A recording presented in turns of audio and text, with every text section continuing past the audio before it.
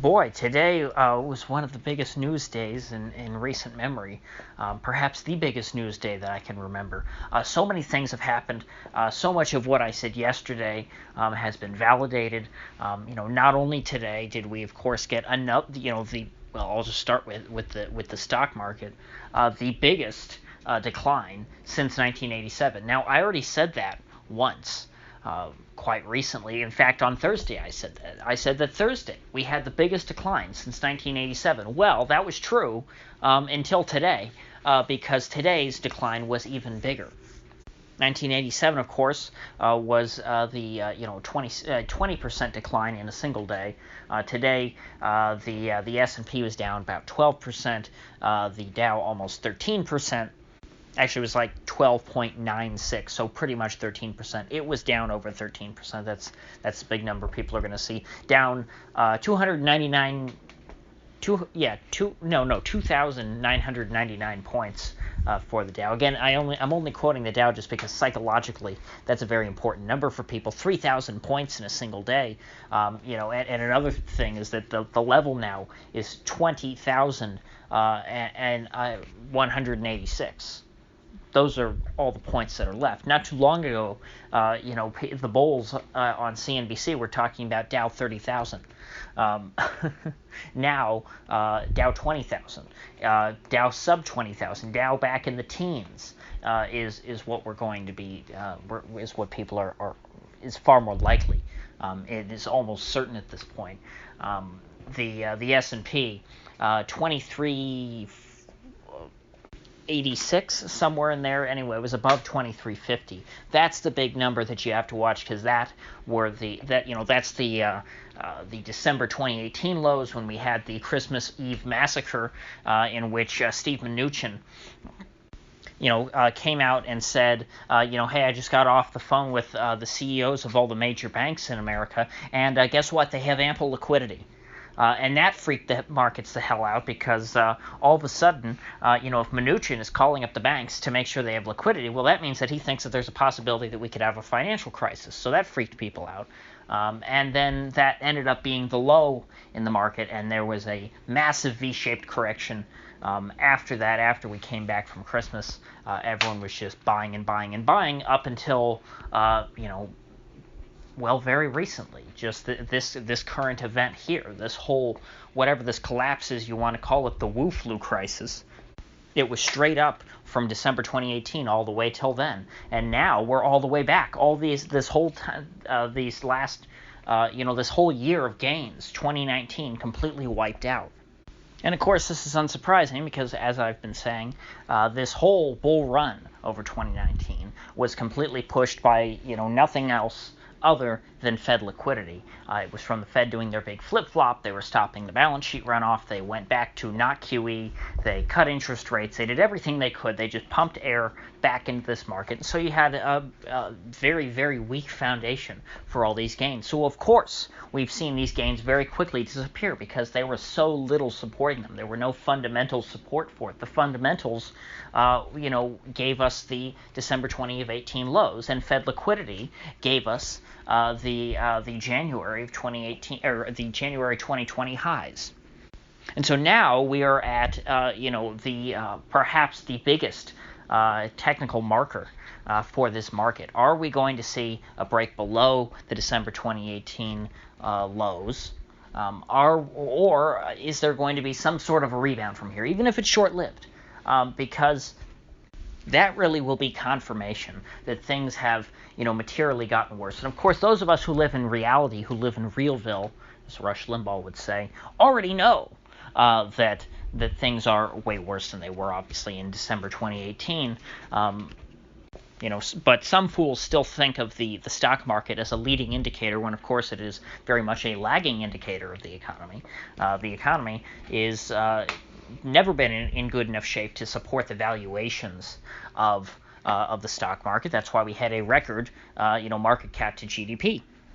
So this week, I would anticipate that while it's possible to see a bounce, I would not be surprised. In fact, I'd be surprised if we didn't break through the the December 2018 lows and break below 2350 on the S&P and end up in a whole new era of this collapse.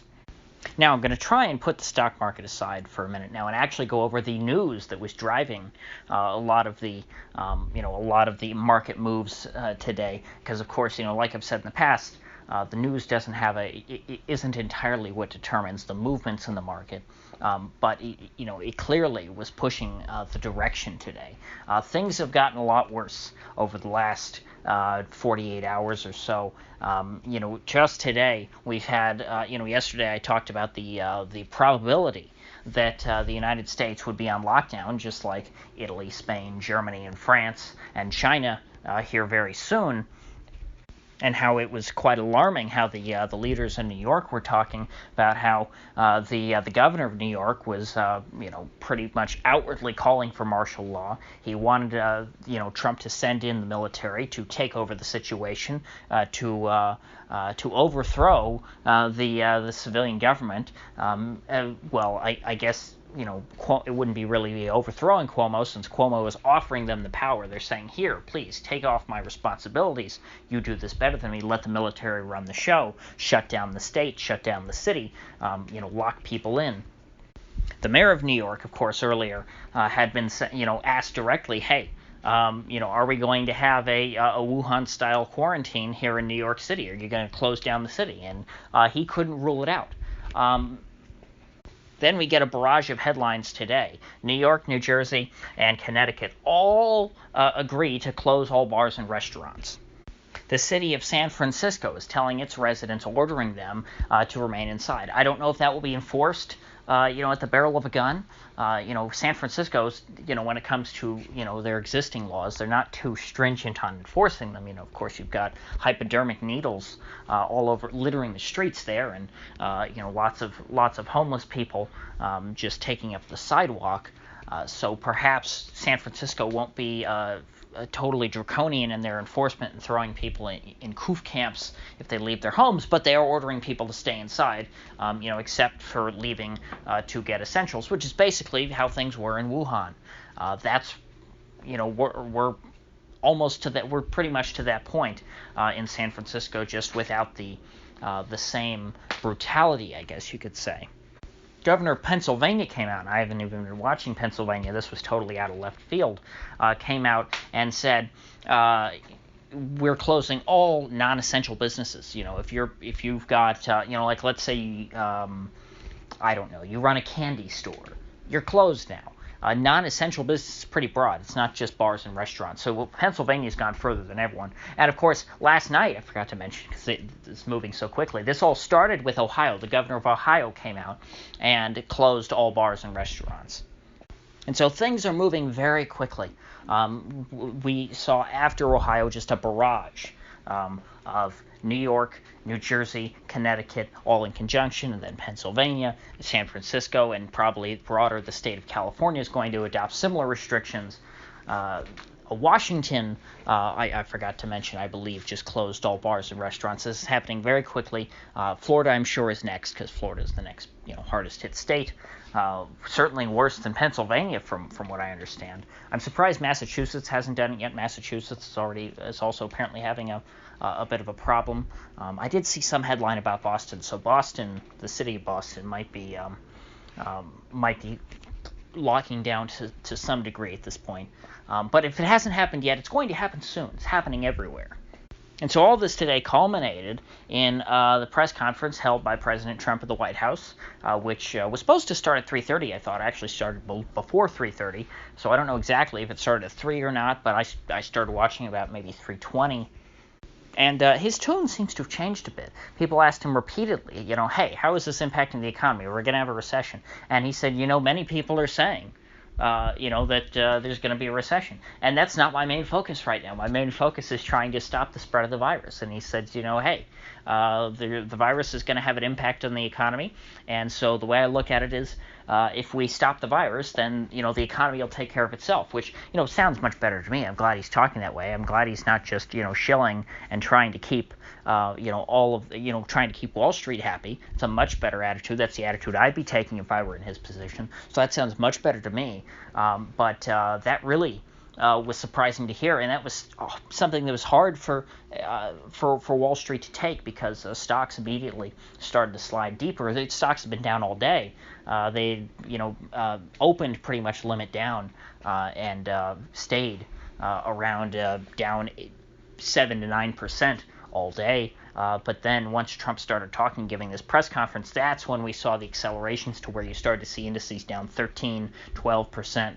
Those numbers. The Russell, of course, the index of domestic U.S. companies, the Russell 2000 was down over 13%. Intraday. I didn't see if it actually closed. I assume that if the Dow was down 12.96%, that the Russell was well over 13% down. And of course, the trigger for suspending the markets would have come if the S&P had dropped 13%. Then you would have had a 15-minute pause in trading. Of course, if that happened in the last 15 minutes of trading, well, then that would have been the end of the day. And so, with all this selling, with finally Wall Street's chickens coming home to roost, there have been petulant children all over CNBC begging for the stock markets to be closed. They are hoping that the government will order it closed, that they'll stop this, that they'll throw short sellers in gulags just like they do in China, and that they'll do anything to stop stocks from going down. Because you see, the way the stock market is supposed to work is, you buy stocks and then they go up forever, every year, uninterrupted.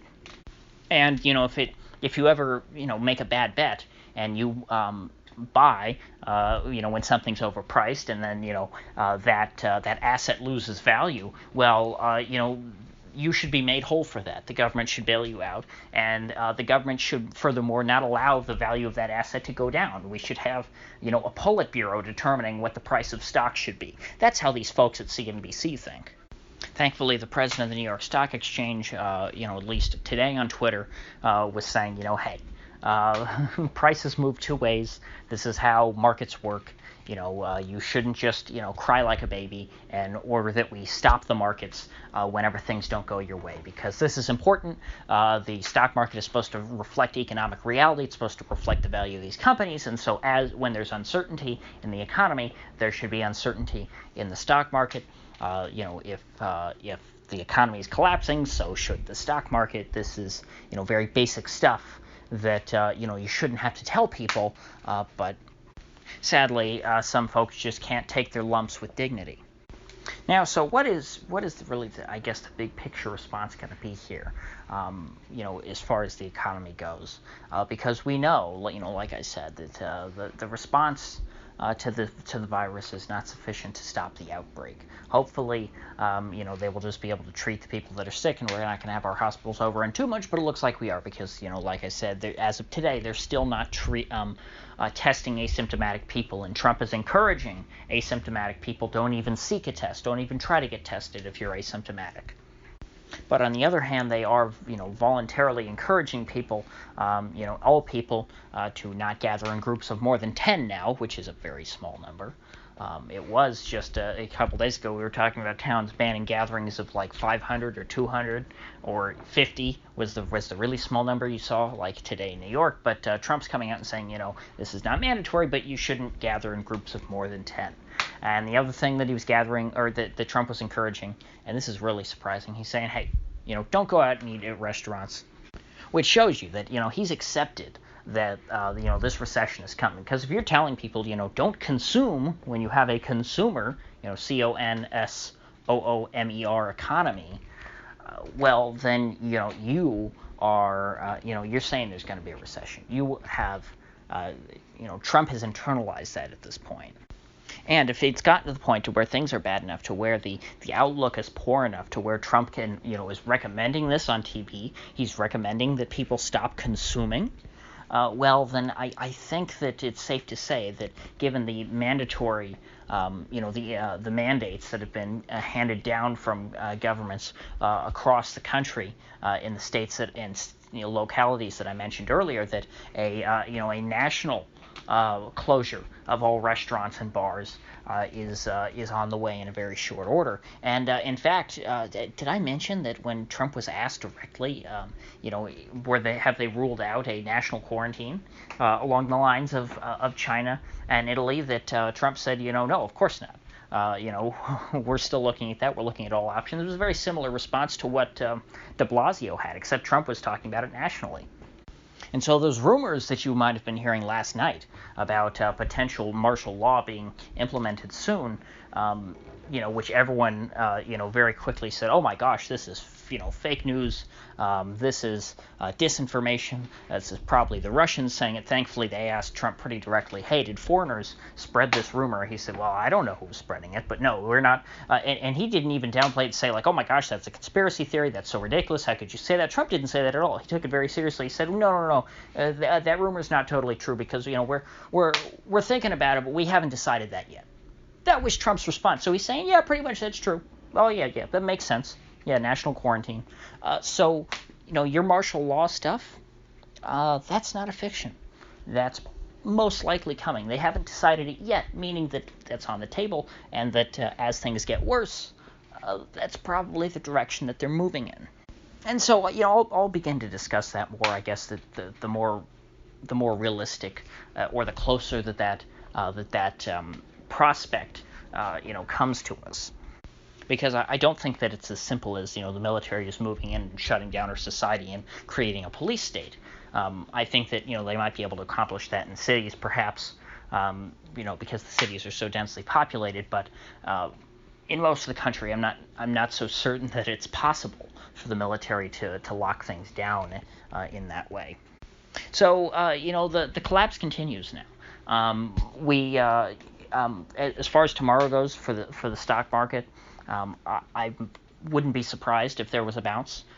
Just like the bounce we had on Friday. We are right at again key technical support at 2350. So seeing a bit of a bounce off of that wouldn't shock me. But on Wednesday, I would be very surprised if we don't end up. Or I shouldn't say very surprised, but I would be surprised on Wednesday if we don't end up below that 2350 level. Because I really see no sign in the fundamentals of any kind of a bottom in this market. Seems like things are going to continue to get worse. And by the way, another catalyst for this huge sell-off at the end of the day during Trump's press conference was they were asking him, hey, how long can this go on? How long are you going to be recommending that Americans essentially stop consuming and that they stay in their homes and try to self-isolate to stop the spread of this? And he said, well, some people think July, others say August. That's certainly if that's the government's projection, it's probably a pretty rosy one, but that's what they're thinking, how long the outbreak could last. So it's not a month, it's not 2 weeks, it's going to be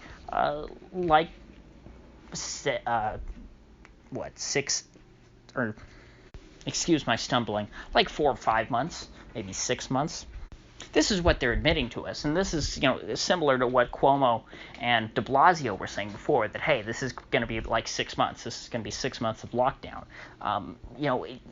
If that truly happens, if people stop consuming for 2 quarters, that's 2 quarters in the economic sense. That's going to be a massive recession on paper, because just think of all the economic activity that's going to be completely quashed and stomped.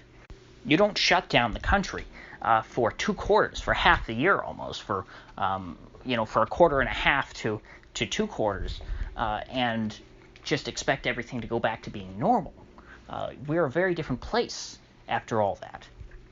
And so needless to say, we'll have plenty to talk about over the next few months, because I don't see how this ends well at all, how we just sort of get back to normal. What is normal after all this? It's going to be something very different. There's, the lives that we once knew, and this is something that I've been preparing for, mentally at least. This is something that I've been expecting, that the status quo in America was not going to last forever, and that, it would disappear first slowly and then suddenly. But I think that slowly part, we just sort of skipped over that. It just sort of all, it's going to disappear now suddenly. The so-called prosperity that we've enjoyed, being the richest country on earth, I think that those days are behind us. And like I said, not because of the virus, because the virus, again, will pass eventually. Even the bubonic plague passed eventually, with terrible sanitation that they had, with people not washing their hands at all back in those days, except for Jewish people, I guess, and perhaps some certain others. But the problem is that the rot in our economy is so deep that the stress of this virus, the massive stress of this virus, is going to break the U.S. economy and therefore American society for good. Because that, like China, the U.S. is very much an economic nation. We don't have a common identity or a common history or common heritage or even a common language that unites us as Americans. What we are united by in America is economic prosperity. And so with that, when that goes, with it goes our sense of belonging, our sense of unity. But I'll explore this later on, certainly, to greater extents as it becomes relevant. So if you gained anything of value out of this video, I'd appreciate you clicking that like button and sharing this video. And if you haven't already, please do subscribe, because I do upload every day, and I'd hate to have you miss one. So I'll see you folks back here tomorrow.